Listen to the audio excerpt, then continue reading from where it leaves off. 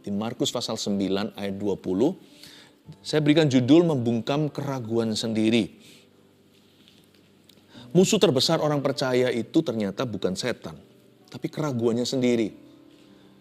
Adam dan Hawa kalau dia nggak ragu akan perkataan Tuhan, jikalau dia tidak bimbang, setan mau ngomong apa juga percuma. Mau dihasut untuk makan dari pohon terlarang, mereka akan tertawa dan berkata, enyahlah. Kamu itu berbohong setan. Tapi kalau mereka ragu, buka celah, terjadi sesuatu. Sebenarnya musuh terbesar orang percaya adalah keraguannya. Karena itu kita harus segera membungkam keraguan kita ketika itu mulai berbicara. Ingatlah, kita tidak sedang dialog dengan pikiran kita. Sebab iblis itu sang pendakwa. Jadi sebenarnya yang menuduh-nuduh kita itu bukan suara hati kita, tetapi suara setan.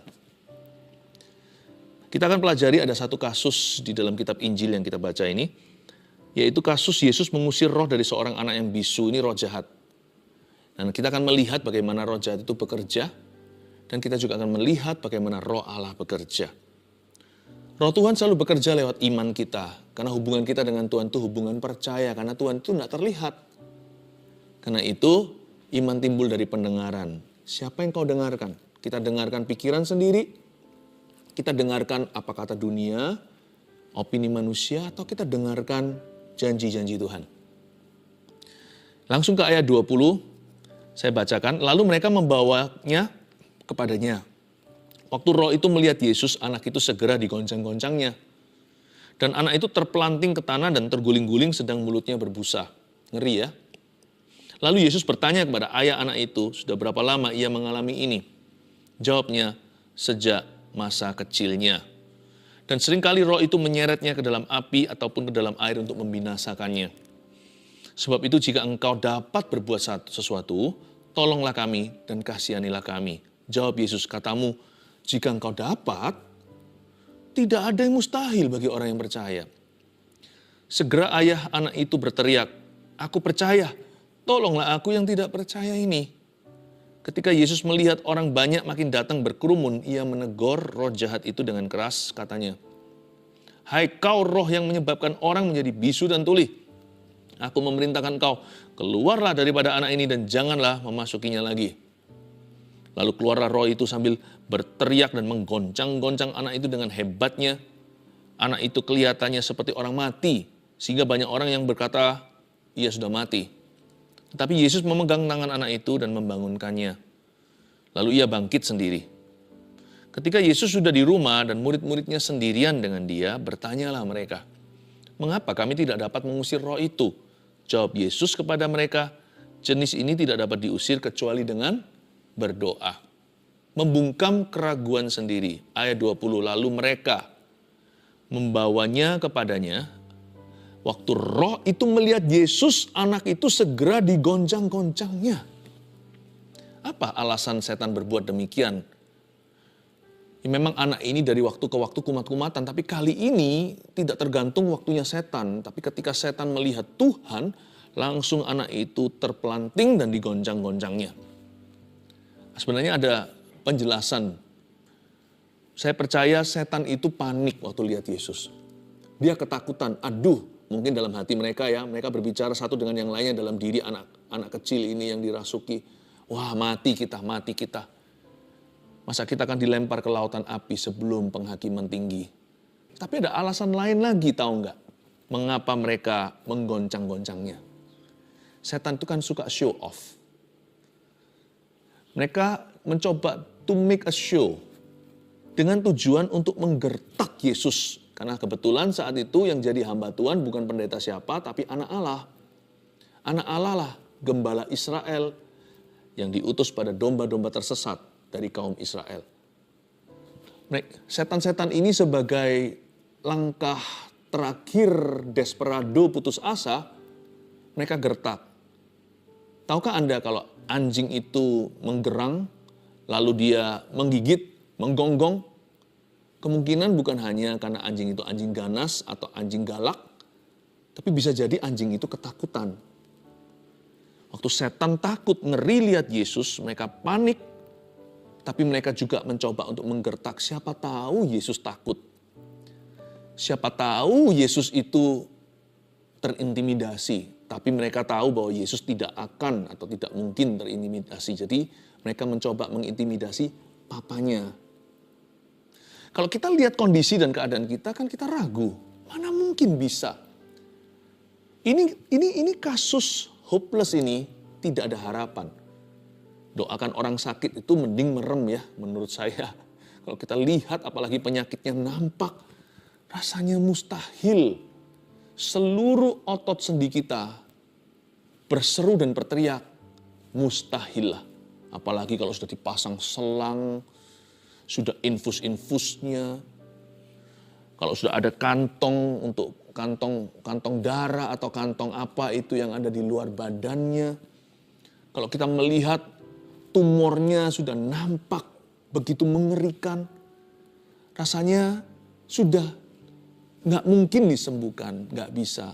Bahkan Tuhan pun seolah-olah menurut kita tidak mungkin bisa melakukan apa-apa. Waktu roh itu melihat Yesus, anak itu segera digoncang-goncangnya. Supaya urunglah niat mereka untuk menyembuhkannya. Supaya Yesus goyah. Tapi mereka tahu Yesus nggak bisa goyah. Supaya papanya tidak lagi berani percaya. Supaya papanya berkata, sudahlah, nggak usah repoti Tuhan. Anakku ini tidak mungkin sembuh. Mereka itu menggertak sang ayah target utama. Serta menggertak murid-murid Yesus yang notabene dari tadi nggak bisa ngusir roh ini. Digertak lebih lagi. Wah, ini jurus intimidasi.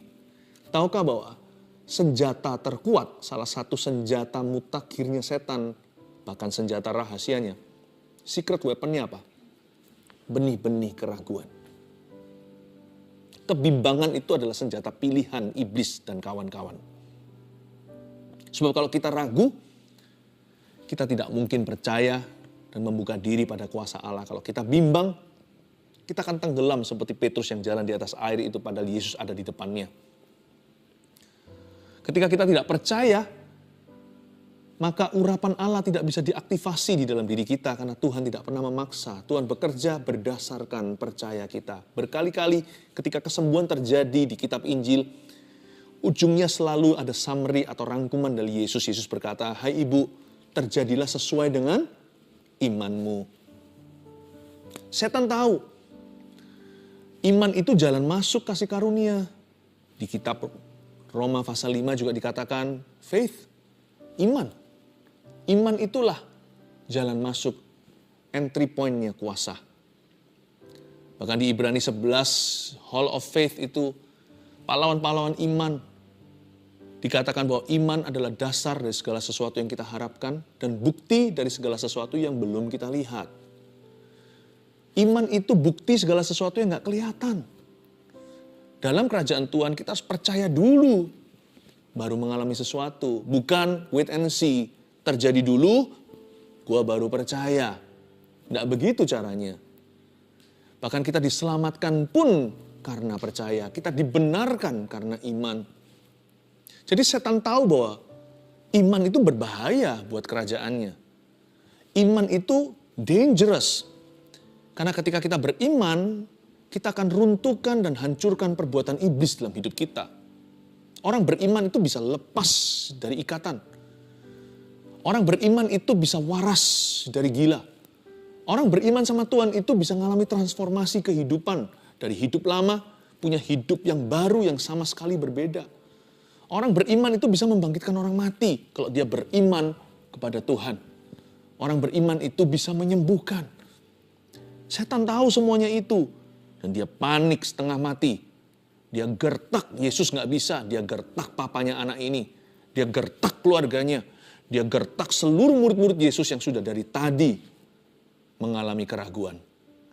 Lalu Yesus bertanya kepada anak itu, ayah anak itu, ayat 21, sudah berapa lama ia mengalami ini?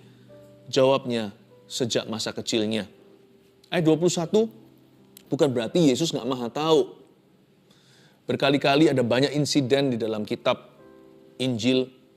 Yesus sebelum ketemu dengan salah satu muridnya, dia sudah melihatnya ketika orang muda itu berada di bawah pohon, bahkan Tuhan menyebut namanya, sampai tercengang. Nathanael. Nggak pernah kenal Yesus sebelumnya, kok bisa tahu? Yesus berkata, kamu adalah Israel sejati, tidak ada kepalsuan di dalam dirimu. Akhirnya dia menjadi murid Yesus. Ketika murid-muridnya berdebat di antara mereka, siapa paling besar, Tuhan langsung ambil anak kecil. Padahal Tuhan nggak ada di situ waktu mereka lagi berantem. Tuhan Maha tahu. Bahkan sebelum satu kejadian, Tuhan udah tahu dulu. Tapi kali ini kenapa seolah-olah Yesus manusiawi di ayat 21? Mengapa pakai tanya segala kepada ayah anak itu sudah berapa lama ia mengalami ini? Yesus itu sedang jemput papa anak ini. Yesus gak datang dengan kemahakuasaannya. Yesus menghampiri dia dengan kemanusiaannya. Yesus ajari sama ayah anak ini untuk beriman kepada Bapa. Untuk beriman kepada kuasanya. Beriman pada firman-Nya. Makanya Yesus merendah. Yesus tidak pakai kemahatauannya. Yesus bicara seolah-olah seorang manusia dengan manusia biasa. Lalu Yesus bertanya kepada ayah anak itu, udah berapa lama ya dia mengalami ini? Jawabnya, sejak masa kecilnya. Dan seringkali roh itu menyeretnya ke dalam api ataupun ke dalam air untuk membinasakannya. Bagus kan? Karena Yesus tanya, pembicaraan jadi dua arah. Ayah anak ini langsung cerita. Karena Yesus bukan hanya mau sembuhkan anaknya, Yesus mau ajari ayahnya beriman. Yesus mau memperkenalkan kerajaannya, yaitu kerajaan Allah. Yesus ajak dia bicara, akhirnya dia buka mulut dan cerita. Waktu dia cerita di akhir kalimatnya, nampaklah keraguannya. Makanya untungnya Yesus gak datangnya satu sisi, atau bicara satu arah. Kalau Yesus datang dengan kemahatauannya, maka orang ini tidak akan pernah mengerti bahwa hatinya sedang ragu. Jesus refuses to overwhelm him. Tuhan Yesus tidak mau membuat orang ini tercengang sehingga dia tidak jujur dengan dirinya sendiri. Jadi Yesus tanya secara manusiawi, berapa lama anakmu begini sejak masa kecilnya, dan roh itu jahat lu Tuhan. Guru dia, roh itu menyeretnya ke dalam api, ke dalam air untuk membinasakannya. Lalu kalimat berikutnya itu tersirat keluar. Sebab itu, ya, therefore, karena itu, jika engkau dapat berbuat sesuatu, tolonglah kami dan kasihanilah kami. Ketahuan sudah. Ini ilmu konseling yang luar biasa. Daripada kita memberitahukan solusinya di mana, kita bantu orang itu menemukannya sendiri. Dan akhirnya ketahuan bahwa ternyata selama ini hatinya ragu-ragu sama Tuhan. Benar-benar senjata setan terhadap keluarga ini mempan. Gertakannya berhasil. Apalagi digoncang-goncang tadi, ayah ini imannya semakin goyang. Karena dia melihat apa yang setan bisa lakukan. Dia tidak percaya apa yang Tuhan sanggup lakukan. Waktu digoncang-goncang, dia terpancing untuk melihat yang kelihatan, apa yang nampak mata. Sedangkan iman itu melihat yang tidak kelihatan. Ingat tadi Ibrani pasal 11 ayat pertama. Iman adalah bukan hanya dasar dari apa yang kita harapkan, tapi bukti yang gak kelihatan. Tuhan latih ayah ini untuk beriman. Karena diusir setannya sekali ya sudah. Tapi kalau setan itu kembali nanti menggoda mereka lagi. Kalau mereka tidak beriman, tetapi anak ini tersapu bersih. Itu bukan kekudusan atau kesucian. Tersapu bersih maksudnya kalau hidup anak ini kosong hampa firman, nanti kan setan bisa kembali dengan 7 roh lebih jahat kan, lebih celaka. Jadi Yesus tidak hanya tertarik untuk membebaskan dia sehari saja. Yesus ingin dia merdeka selama-lamanya. Tuhan tidak hanya memberikan kelepasan, Tuhan melatih keluarga ini untuk terus beriman kepada Tuhan. Tuhan itu baik ya. Tuhan itu gak pernah kasih kita painkiller untuk sembuhkan gejalanya. Tuhan selalu mau cabut akar-akarnya. Ini ilmu konseling yang luar biasa. Yesus tanya sama dia. Dan waktu dia mulai angkat bicara ketahuan. Ternyata dia selama ini masih banyak keraguan sama Tuhan. Sebab itu jika engkau dapat berbuat sesuatu, tolonglah kami dan kasihanilah kami. Ayat 23 jawab Yesus. Katamu, jika engkau dapat, Tuhan seperti menunjukkan wajah tercengang. Jika aku dapat, tidak ada yang mustahil bagi orang yang percaya. Harusnya Tuhan Yesus tersinggung sebagai anak Allah. Karena kan sekarang ini yang diragukan kan Tuhan. Yang dipertanyakan kan kemampuannya Tuhan. Coba bayangkan jika ada seorang konglomerat makan di restoran. Lalu habis itu yang pelayannya berkata, permisi Mbak, ini makanan yang Bapak pesan ini paling mahal, Bapak sanggup bayar? Mungkin kalau orang itu egonya besar dan tinggi, bisa gebrak meja tuh. Dan berkata, panggilkan manajernya. Atau bahkan kalau perlu saya beli restoran ini. Kamu nggak tahu ya saya siapa. Tidak ada yang saya tidak bisa beli. Tidak ada yang saya tidak bisa bayar. Tapi Tuhan tidak menyebut dirinya. Dia tidak berkata, tidak ada yang mustahil bagiku. Padahal, dialah yang diragukan. Ini personal. Tuhan yang diragukan. Dia tidak berkata, tidak ada yang mustahil bagiku. Tuhan nggak ngamuk-ngamuk.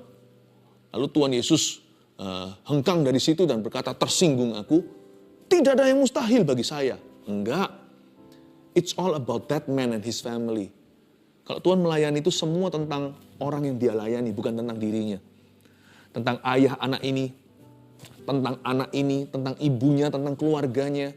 Tuhan mau selamatkan seluruh family ini. Makanya Tuhan berkata, katamu, jika engkau dapat, lalu Tuhan berkata, tidak ada yang mustahil bagi orang yang percaya. Ditunjuk ke dia. Kamu tidak percaya atau kurang percaya. Sebenarnya tidak ada yang mustahil bagi orang yang percaya. Tuhan memang sumbernya. Kalau kita ngusir setan, ngusir pakai nama siapa? Dalam nama pendeta atau dalam nama papa mama kita? Atau dalam nama siapa? Dalam nama Yesus ya kan? Jadi Yesus gak perlu digunjang-ganjingkan. Kita percaya atau gak percaya, orang percaya atau gak percaya sama Tuhan, Tuhan tetap Tuhan berada di singgasananya, Tuhan ada di tahta. Percaya gak percaya gak membuat perbedaan bagi Tuhan. Tapi percaya gak percaya membuat perbedaan bagi kita yang mengalaminya. Percaya gak percaya itu bedanya di pasiennya, di orang lain. Bedanya di kita. Makanya Tuhan berkata, jika engkau dapat, gak apa-apalah. Never mind, it's okay. Memang gak semua orang bisa percaya sama Tuhan. Tapi FYI kata Tuhan kepada ayahnya anak kecil ini. For your information only. Tahu gak kamu, tidak ada yang mustahil loh bagi orang yang percaya. Tuhan lemparkan bolanya kembali ke dia. Sebab jika engkau dapat berbuat sesuatu, tidak ada yang mustahil bagi orang yang percaya. Langsung ayah anak ini tertemplak. Bukan tertuduh ya, tertuduh itu setan yang melakukan. Tertemplak itu Roh Kudus. Roh Kudus itu menginsafkan kita akan ketidakpercayaan kita. Tiba-tiba Roh Kudus seperti membelai halus hatinya dan dia langsung merasa bersalah. Tapi perasaan bersalah itu tidak membuat dia jauh dari Tuhan, tapi justru membuat dia mendekat kepadanya. Kalau Roh Kudus yang menemplak seseorang, orang itu akan bertobat, bukan lari dari hadiratnya. Segera ayah anak itu berteriak, ini responnya ketika dia ditemplak oleh Roh Kudus. I believe, aku percaya. Help me with my unbelief. Tolonglah aku yang tidak percaya ini. Saya mengagumi ayah anak ini. Orang ini real sekali.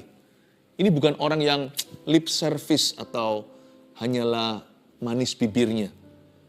Lebih baik orang gini, Yesus lebih hargai. Tapi kalau orang Farisi, Yesus langsung tegur mereka.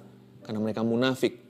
Mending kita jujur sama Yesus, kalau kita kurang percaya, kita minta Tuhan tambahkan iman. Daripada orang yang berkata, percaya, tapi kelakuannya beda. Ayah anak ini langsung berteriak ketika dia menyadari bahwa ternyata selama ini keraguan masih memerintah. Dan dia baru sadar, barusan itu aku ngomong apa ya? Seperti hampir-hampir dia menepuk pipinya sendiri, bahkan kalau perlu menampar bibirnya. Aku ngomong apa tadi? Jika engkau dapat. Aduh, bukannya pengakuan iman, kok pengakuan ragu. Kenapa yang kuelu-elukan itu kebimbangan, bukan firman Tuhan. Hampir-hampir dia tampar bibirnya sendiri dan berkata, apa yang aku katakan? Aku ngomong apa tadi ini ya? Sorry Tuhan. Sorry Tuhan. Aku percaya. Belum mantap-mantap sekali sih. Help me.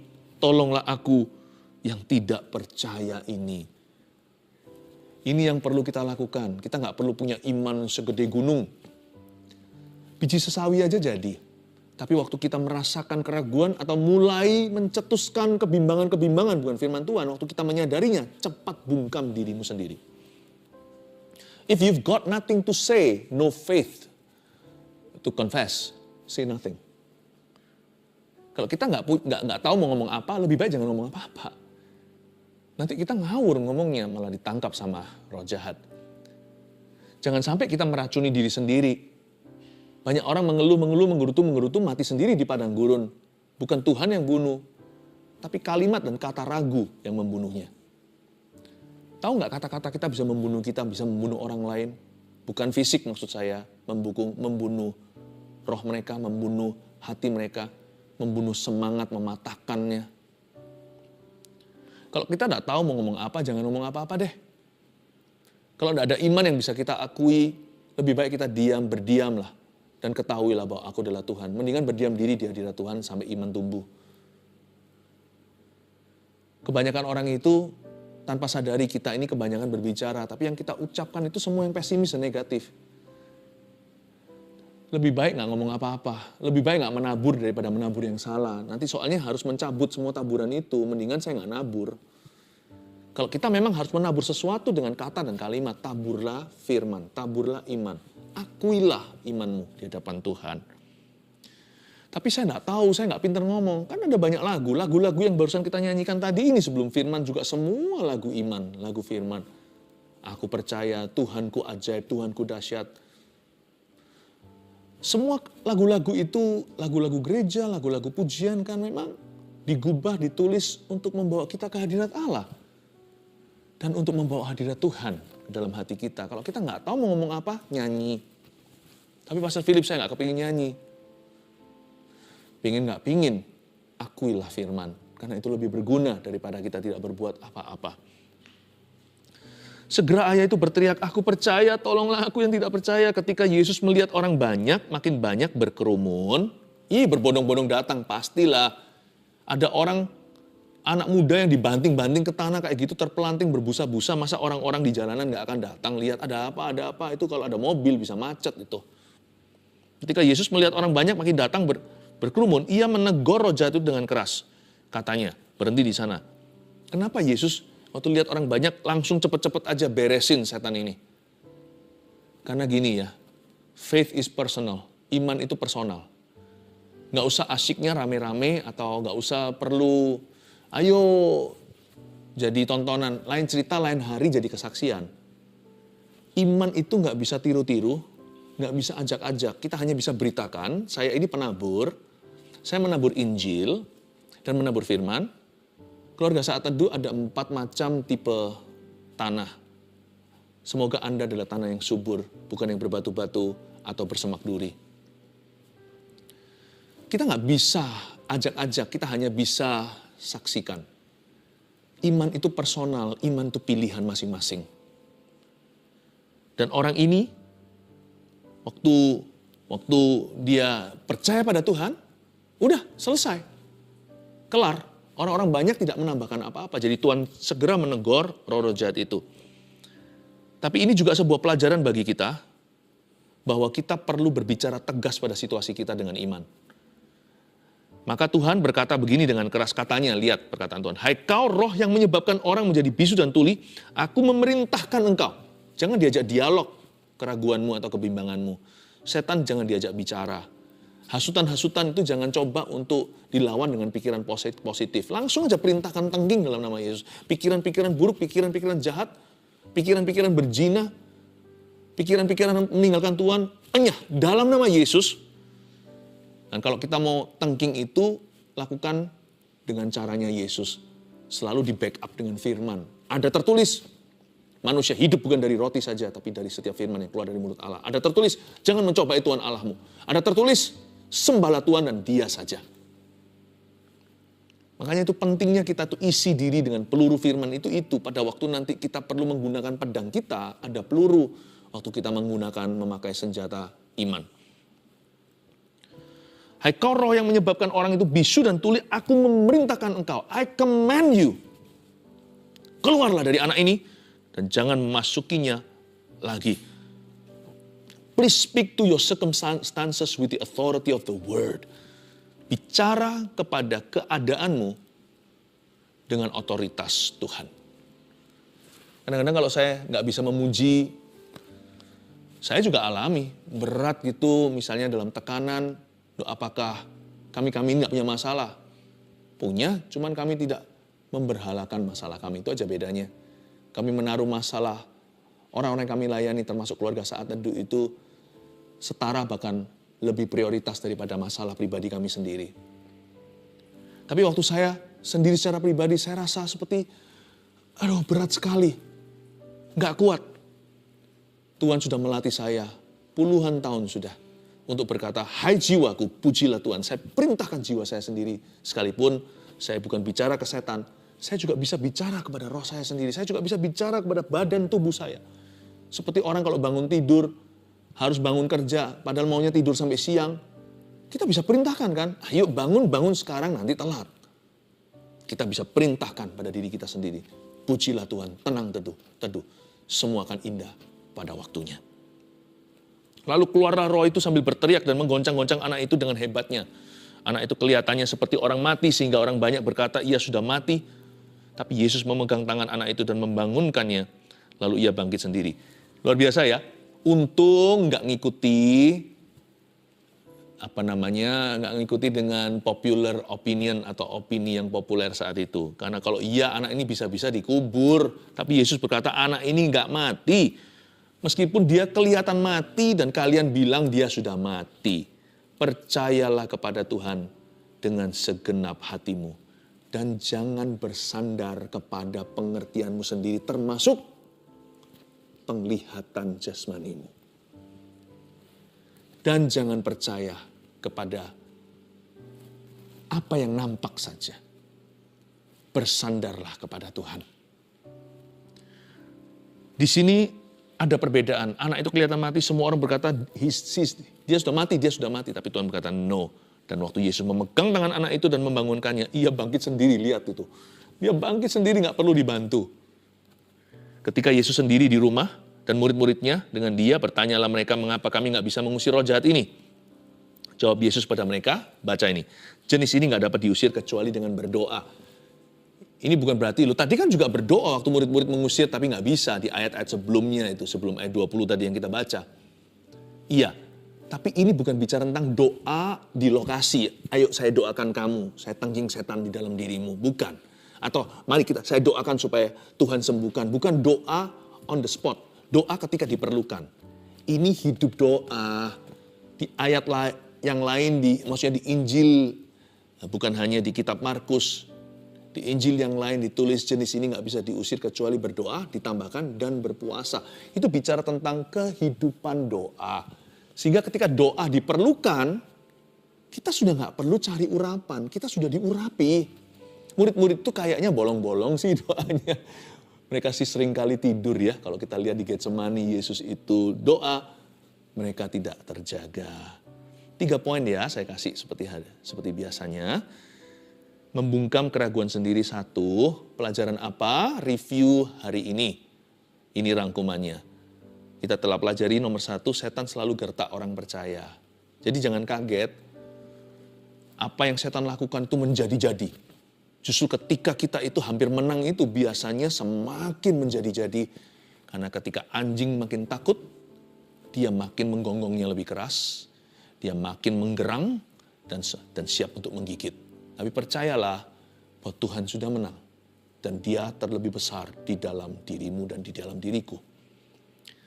Ketika setan menggertak kita, dan kalau kita menyadari keraguan ada di dalam hati, nomor 2, ini yang kita pelajari sebagai rangkuman firman, lekas ubah pengakuan iman kita.